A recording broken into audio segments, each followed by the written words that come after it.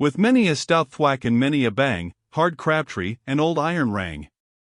Hugh de Brass. Cornet Richard Graham descended the hill, bearing in his hand the extempore flag of truce, and making his managed horse keep time by bounds and curvets to the tune which he whistled. The trumpeter followed.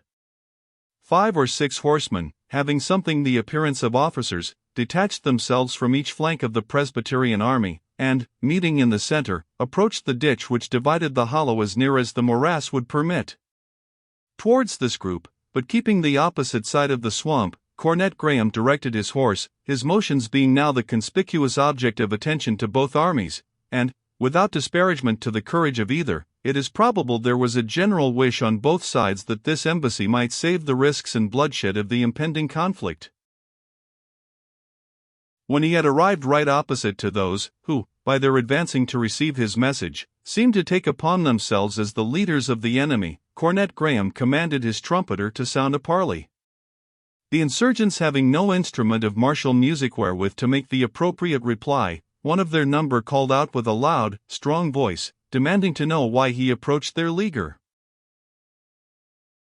To summon you in the King's name, and in that of Colonel John Graham of Claverhouse, specially commissioned by the Right Honourable Privy Council of Scotland, answered the cornet, to lay down your arms, and dismiss the followers whom ye have led into rebellion, contrary to the laws of God, of the King, and of the country.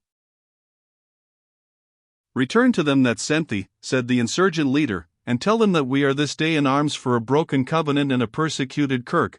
Tell them that we renounce the licentious and perjured Charles Stuart, whom you call king, even as he renounced the covenant, after having once and again sworn to prosecute to the utmost of his power all the ends thereof, really, constantly, and sincerely, all the days of his life, having no enemies but the enemies of the covenant, and no friends but its friends.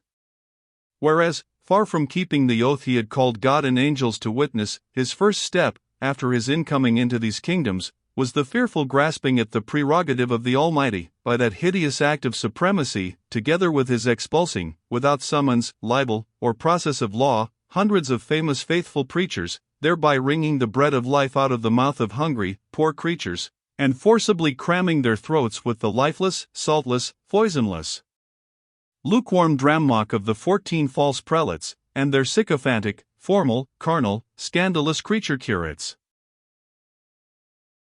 I did not come to hear you preach, answered the officer, but to know, in one word, if you will disperse yourselves, on condition of a free pardon to all but the murderers of the late Archbishop of St. Andrews, or whether you will abide the attack of His Majesty's forces, which will instantly advance upon you. In one word, then, answered the spokesman, we are here with our swords on our thighs, as men that watch in the night. We will take one part and portion together, as brethren in righteousness. Whosoever assails us in our good cause, his blood be on his own head. So return to them that sent thee, and God give them in the sight of the evil of your ways. Is not your name, said the cornet, who began to recollect having seen the person whom he was now speaking with, John Bulfer of Burley? And if it be, said the spokesman, hast thou aught to say against it? Only, said the cornet, that, as you are excluded from pardon in the name of the king and of my commanding officer, it is to these country people, and not to you, that I offer it, and it is not with you, or such as you, that I am sent to treat. Thou art a young soldier, friend, said Burley, and scant well learned in thy trade, or thou wouldst know that the bearer of a flag of truce cannot treat with the army but through their officers, and that if he presume to do otherwise, he forfeits his safe conduct. While speaking these words, Burley unslung his carabine, and held it in readiness. I am not to be intimidated from the discharge of my duty by the menaces of a murderer, said Cornet Graham. Hear me, good people, I proclaim, in the name of the king and of my commanding officer, full and free pardon to all, excepting. I give thee fair warning, said Burley, presenting his piece. A free pardon to all, continued the young officer, still addressing the body of the insurgents, to all but. Then the Lord grant grace to thy soul, amen, said Burley. With these words he fired, and Cornet Richard Graham dropped from his horse. The shot was mortal. The unfortunate young gentleman had only strength to turn himself on the ground and mutter forth, "My poor mother," when life forsook him in the effort. His startled horse fled back to the regiment at the gallop, as did his scarce less affrighted attendant. "What have you done?" said one of Balfour's brother officers. "My duty," said Balfour, firmly. "Is it not written, 'Thou shalt be zealous even to slaying'? Let those, who dare, now venture to speak of truce or pardon." Claverhouse saw his nephew fall. He turned his eye on Evandale, while a transitory glance of indescribable emotion disturbed, for a second's space, the serenity of his features, and briefly said, "You see the event." "I will avenge him, or die," exclaimed Evandale, and, putting his horse into motion, rode furiously down the hill, followed by his own troop, and that of the deceased cornet, which broke down without orders, and, each striving to be the foremost to revenge their young officer, their ranks soon fell into confusion. These forces formed the first line of the Royalists. It was in vain that Claverhouse exclaimed, "Halt! Halt! This rashness will undo us." It was all that he could accomplish, by galloping along the second line, entreating, commanding, and even menacing the men with his sword, that he could restrain them from following an example so contagious. "Allen," he said, as soon as he had rendered the men in some degree more steady, "lead them slowly down the hill to support Lord Evandale, who is about to need it very much. Bothwell, thou art a cool and a daring fellow." "Aye," muttered Bothwell, "you can remember that in a moment like this." "Lead 10 file up the hollow to the right," continued his commanding officer, "and try every means to get through the bog, then form and charge the rebels in flank and rear, while they are engaged with us in front." Bothwell made a signal of intelligence and obedience, and moved off with his party at a rapid pace. Meantime, the disaster which Claverhouse had apprehended, did not fail to take place. The troopers, who, with Lord Evandale, had rushed down upon the enemy, soon found their disorderly career interrupted by the impracticable character of the ground. Some stuck fast in the morass as they attempted to struggle through, some recoiled from the attempt and remained on the brink, others dispersed to seek a more favorable place to pass the swamp. In the midst of this confusion, the first line of the enemy, of which the foremost rank knelt, the second stooped, and the third stood upright, poured in a close and destructive fire that emptied at least a score of saddles, and increased tenfold the disorder into which the horsemen had fallen. Lord Evandale, in the meantime, at the head of a very few well-mounted men, had been able to clear the ditch, but was no sooner across than he was charged by the left body of the enemy's cavalry, who, encouraged by the small number of opponents that had made their way through the broken ground, set upon them with the utmost fury, crying, "Woe, woe to the uncircumcised Philistines! Down with Dagon and all his adherents!" The young nobleman fought like a lion, but most of his followers were killed, and he himself could not have escaped the same fate but for a heavy fire of carabines, which Claverhouse, who had now advanced with the second line near to the ditch, poured so effectually upon the enemy, that both horse and foot for a moment began to shrink, and Lord Evandale, disengaged from his unequal combat, and finding himself nearly alone, took the opportunity to effect his retreat through the morass. But notwithstanding the loss they had sustained by Claverhouse's first fire, the insurgents became soon aware that the advantage of numbers and of position were so decidedly theirs, that, if they could but persist in making a brief but resolute defense, the lifeguards must necessarily be defeated. Their leaders flew through their ranks, exhorting them to stand firm, and pointing out how efficacious their fire must be where both men and horse were exposed to it, for the troopers, according to custom, fired without having dismounted. Claverhouse, more than once, when he perceived his best men dropping by a fire which they could not effectually return, made desperate efforts to pass the bog at various points, and renew the battle on firm ground in fiercer terms. But the close fire of the insurgents, joined to the natural difficulties of the pass, foiled his attempts in every point. "We must retreat," he said to Evandale, "unless Bothwell can effect a diversion in our favor. In the meantime, draw the men out of fire, and leave skirmishers behind these patches of alder bushes to keep the enemy in check." These directions being accomplished, the appearance of Bothwell with his party was earnestly expected. But Bothwell had his own disadvantages to struggle with. His detour to the right had not escaped the penetrating observation of Burleigh, who made a corresponding movement with the left wing of the mounted insurgents, so that when Bothwell, after riding a considerable way up the valley, found a place at which the bog could be passed, though with some difficulty, he perceived he was still in front of a superior enemy. His daring character was in no degree checked by this unexpected opposition. "Follow me, my lads," he called to his men. "Never let it be said that we turned our backs before these canting Roundheads." With that, as if inspired by the spirit of his ancestors, he shouted, "Bothwell! Bothwell!" and throwing himself into the morass, he struggled through it at the head of his party, and attacked that of Burleigh with such fury, that he drove them back above a pistol shot, killing 3 men with his own hand. Burleigh, perceiving the consequences of a defeat on this point, and that his men, though more numerous, were unequal to the regulars in using their arms and managing their horses, threw himself across Bothwell's way, and attacked him hand to hand. Each of the combatants was considered as the champion of his respective party, and a result ensued more usual in romance than in real story. Their followers, on either side, instantly paused, and looked on as if the fate of the day were to be decided by the event of the combat between these 2 redoubt swordsmen. The combatants themselves seemed of the same opinion, for, after 2 or 3 eager cuts and pushes had been exchanged, they paused, as if by joint consent, to recover the breath which preceding exertions had exhausted, and to prepare for a duel in which each seemed conscious he had met his match. The duel. "You are the murdering villain, Burleigh," said Bothwell, griping his sword firmly, and setting his teeth close. "You escaped me once, but," he swore an oath too tremendous to be written down, "thy head is worth its weight of silver, and it shall go home at my saddle bow, or my saddle shall go home empty for me." "Yes," replied Burleigh, with stern and gloomy deliberation, "I am that John Balfour, who promised to lay thy head where thou shouldst never lift it again, and God do so unto me, and more also, if I do not redeem my word."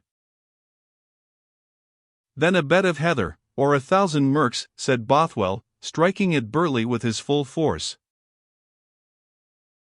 "The sword of the Lord and of Gideon," answered Balfour, as he parried and returned the blow.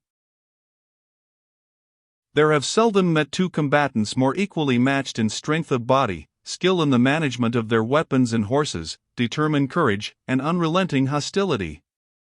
After exchanging many desperate blows, each receiving and inflicting several wounds, though of no great consequence, they grappled together as if with the desperate impatience of mortal hate, and Bothwell, seizing his enemy by the shoulder belt, while the grasp of Balfour was upon his own collar, they came headlong to the ground. The companions of Burleigh hastened to his assistance, but were repelled by the dragoons, and the battle became again general. But nothing could withdraw the attention of the combatants from each other, or induce them to unclose the deadly clasp in which they rolled together on the ground, tearing, struggling, and foaming, with the inveteracy of thoroughbred bulldogs. Several horses passed over them in the melee without their quitting hold of each other, until the sword arm of Bothwell was broken by the kick of a charger. He then relinquished his grasp with a deep and suppressed groan, and both combatants started to their feet. Bothwell's right hand dropped helpless by his side, but his left griped to the place where his dagger hung. It had escaped from the sheath in the struggle, and, with a look of mingled rage and despair, he stood totally defenseless, as Balfour, with a laugh of savage joy, flourished his sword aloft, and then passed it through his adversary's body. Bothwell received the thrust without falling; it had only grazed on his ribs. He attempted no farther defense, but, looking at Burleigh with a grin of deadly hatred, exclaimed, "Base peasant churl, thou hast spilt the blood of a line of kings." "Die, wretch, die," said Balfour, redoubling the thrust with better aim, and, setting his foot on Bothwell's body as he fell, he a third time transfixed him with his sword. "Die, bloodthirsty dog. Die as thou hast lived, die, like the beasts that perish, hoping nothing, believing nothing." "And fearing nothing," said Bothwell, collecting the last effort of respiration to utter these desperate words, and expiring as soon as they were spoken. "To catch a stray horse by the bridle, throw himself upon it, and rushed to the assistance of his followers, was, with Burleigh, the affair of a moment. And as the fall of Bothwell had given to the insurgents all the courage of which it had deprived his comrades, the issue of this partial contest did not remain long undecided. Several soldiers were slain, the rest driven back over the morass and dispersed, and the victorious Burleigh, with his party, crossed it in their turn, to direct against Claverhouse the very maneuver which he had instructed Bothwell to execute. He now put his troop in order, with the view of attacking the right wing of the Royalists, and, sending news of his success to the main body, exhorted them, in the name of heaven, to cross the marsh, and work out the glorious work of the Lord by a general attack upon the enemy.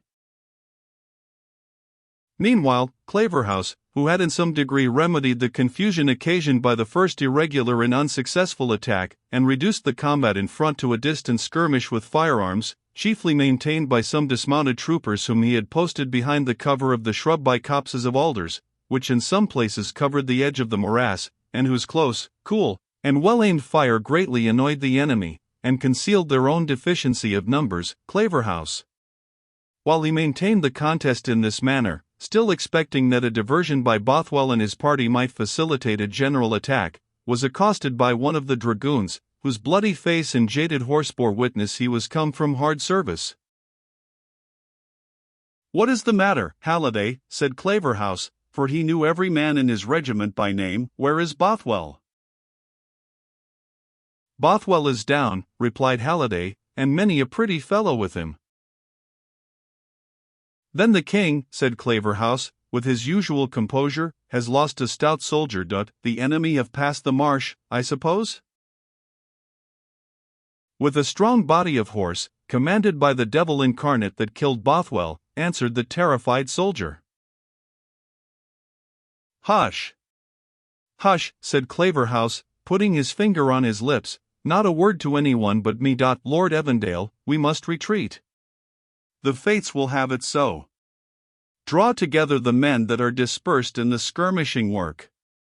Let Allen form the regiment, and do you two retreat up the hill in two bodies, each halting alternately as the other falls back. I'll keep the rogues in check with the rear guard, making a stand and facing from time to time.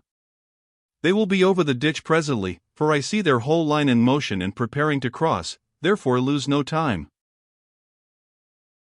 "Where is Bothwell with his party?" said Lord Evandale, astonished at the coolness of his commander. "Fairly disposed of," said Claverhouse, in his ear. "The king has lost a servant, and the devil has got one. But away to business, Evandale, ply your spurs and get the men together. Allen and you must keep them steady. This retreating is new work for us all, but our turn will come round another day." Evandale and Allen betook themselves to their task, but ere they had arranged the regiment for the purpose of retreating in two alternate bodies, a considerable number of the enemy had crossed the marsh. Claverhouse, who had retained immediately around his person a few of his most active and tried men, charged those who had crossed in person, while they were yet disordered by the broken ground. Some they killed, others they repulsed into the morass, and checked the whole so as to enable the main body, now greatly diminished, as well as disheartened by the loss they had sustained, to commence their retreat up the hill. But the enemy's van being soon reinforced and supported, compelled Claverhouse to follow his troops. Never did man, however, better maintain the character of a soldier than he did that day. Conspicuous by his black horse and white feather, he was first in the repeated charges which he made at every favorable opportunity, to arrest the progress of the pursuers, and to cover the retreat of his regiment. The object of aim to every one, he seemed as if he were impassive to their shot. The superstitious fanatics, who looked upon him as a man gifted by the evil spirit with supernatural means of defense, averred that they saw the bullets recoil from his jackboots and buffcoat like hailstones from a rock of granite, as he galloped to and fro amid the storm of the battle. Many a Whig that day loaded his musket with a dollar cut into slugs, in order that a silver bullet, such was their belief, might bring down the persecutor of the Holy Kirk, on whom lead had no power.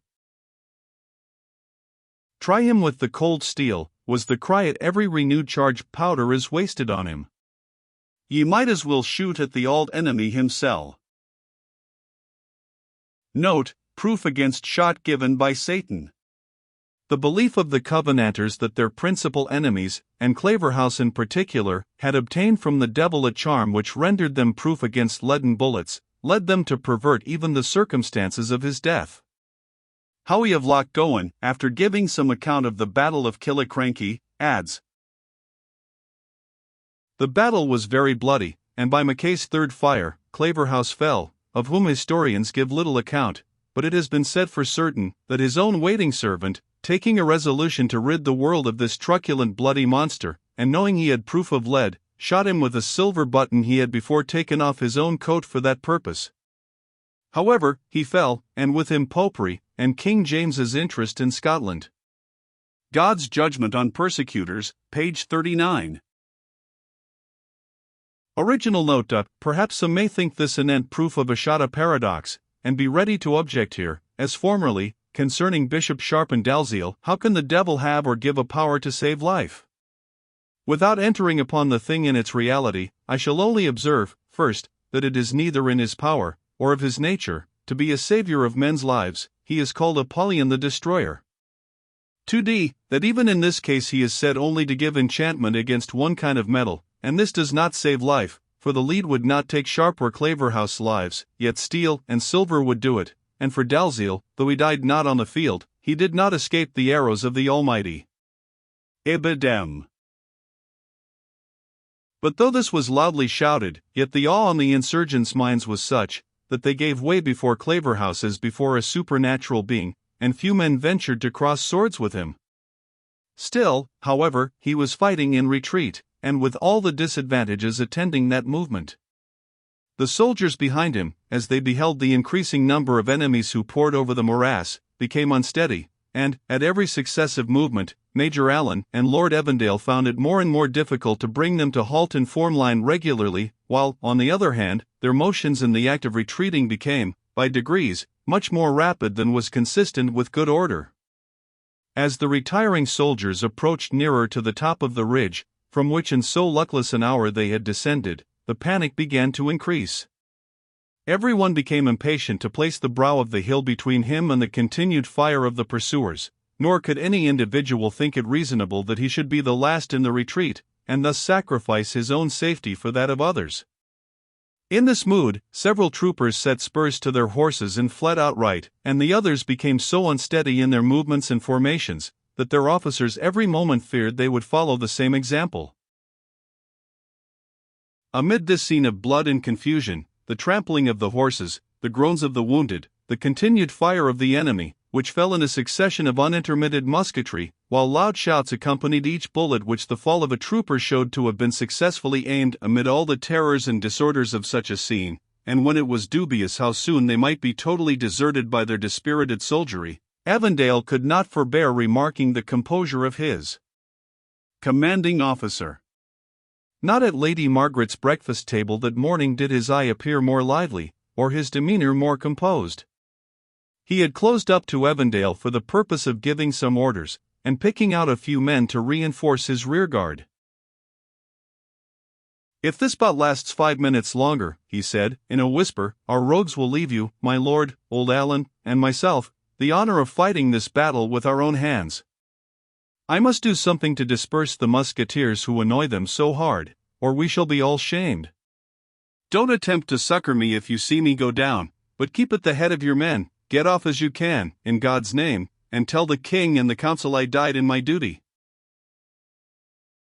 So saying, and commanding about 20 stout men to follow him, he gave, with this small body, a charge so desperate and unexpected, that he drove the foremost of the pursuers back to some distance.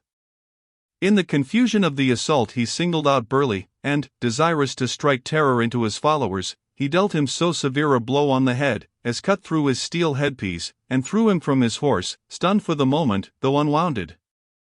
A wonderful thing it was afterwards thought, that one so powerful as Balfour should have sunk under the blow of a man, to appearance so slightly made as Claverhouse, and the vulgar, of course, set down to supernatural aid the effect of that energy, which a determined spirit can give to a feebler arm. Claverhouse had, in this last charge, however, involved himself too deeply among the insurgents, and was fairly surrounded. Lord Evandale saw the danger of his commander, his body of dragoons being then halted, while that commanded by Allen was in the act of retreating. Regardless of Claverhouse's disinterested command to the contrary, he ordered the party which he headed to charge downhill and extricate their colonel.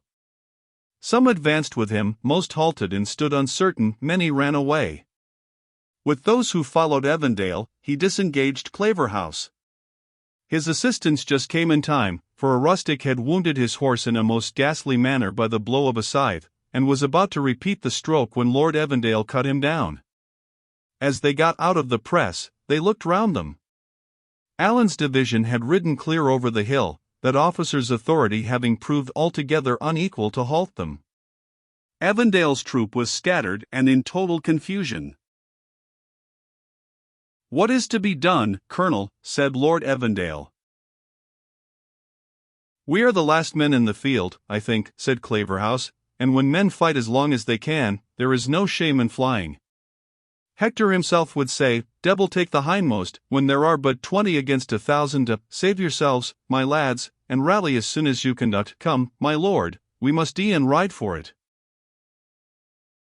So saying, he put spurs to his wounded horse, and the generous animal, as if conscious that the life of his rider depended on his exertions, pressed forward with speed, unabated either by pain or loss of blood. Note: Claverhouse charger. It appears, from the letter of Claverhouse afterwards quoted, that the horse on which he rode at Drumclog was not black, but sorrel. The author has been misled as to the colour by the many extraordinary traditions current in Scotland concerning Claverhouse's famous black charger, which was generally believed to have been a gift to its rider from the author of Evil, who is said to have performed the Caesarean operation upon its dam. This horse was so fleet, and its rider so expert, that they are said to have outstripped in coat, or turned, a hare upon the Branlaw, near the head of Moffat Water, where the descent is so precipitous, that no merely earthly horse could keep its feet, or merely mortal rider could keep the saddle. There is a curious passage in the testimony of John Dick, one of the suffering Presbyterians, in which the author, by describing each of the persecutors by their predominant qualities or passions, shows how little their best-loved attributes would avail them in the great day of judgment. When he introduces Claverhouse, it is to reproach him with his passion for horses in general, and for that steed in particular, which was killed at Drumclog, in the manner described in the text. As for that bloodthirsty wretch, Claverhouse, how thinks he to shelter himself that day? Is it possible the pitiful thing can be so mad as to think to secure himself by the fleetness of his horse, a creature he has so much respect for, that he regarded more the loss of his horse at Drumclog, than all the men that fell there, and sure there fell prettier men on either side than himself? No, sure, could he fall upon a chemist that could extract the spirit out of all the horses in the world, and infuse them into his one, though he were on that horse never so well mounted, he need not dream of escaping. The testimony to the doctrine, worship, discipline, and government of the Church of Scotland, as it was left in right by that truly pious and eminently faithful, and now glorified martyr, Mr. John Dick. To which is added, his last speech and behaviour on the scaffold, on March 5, 1684, which day he sealed this testimony. 57 pages 4-2. No year or place of publication. The reader may perhaps receive some farther information on the subject of Cornet Graham's death and the flight of Claverhouse, from the following Latin lines, a part of a poem entitled, Bellum Bothwellianum, by Andrew Guild, which exists in manuscript in the Advocate's Library. Mons est oxiguus, surgit Cacelsus in oris, nomini ladunum, fossus putaisque profundus quod scatet hic tellus, ite aprico gramen tectus, hoc collecta, 8, numeroso melita cincta, tubiferox, matris, pueri. Inuptique puelli, quam parat egregia grimus dispersera terma. Veneti de primo campo decidir cogit, post hos Italios, cono prevolvat inerti, et numerosa cors, campum dispersa per omnem, circumfusa, rut, termasque, indagin captas, aggreditor, virtus non hic, nisi profut ensis, cora puer fugum, veriti sed gramen tectus, precipitata parat, fossus, pars ultima, quorum cornipedes haesir luto, cessor rejecto, tum rabiosa cors, miserere nescia, stratos invidit lacerac viros, hic signifer, eheu. projectus globulo, grimus, quo fortior alter, inter scatogenes fuerat, nis gesturalis, hunc manibus rapere feris, facium virulum foderunt, lingua, auriculus, manibusque resectus, aspira diffuso spargentis saxa cerebro, vix dux ipsi fuga salvo, namque exta trahibat vulnere tardatus sonapis generosus hianti, in sequitur clamor cors fanatica, namque crudely semper timidus, si vicerat unquam. Ms. bellum Bathuelianum. A few officers and soldiers followed him, but in a very irregular and tumultuary manner. The flight of Claverhouse was the signal for all the stragglers, who yet offered desultory resistance, to fly as fast as they could, and yield up the field of battle to the victorious insurgents.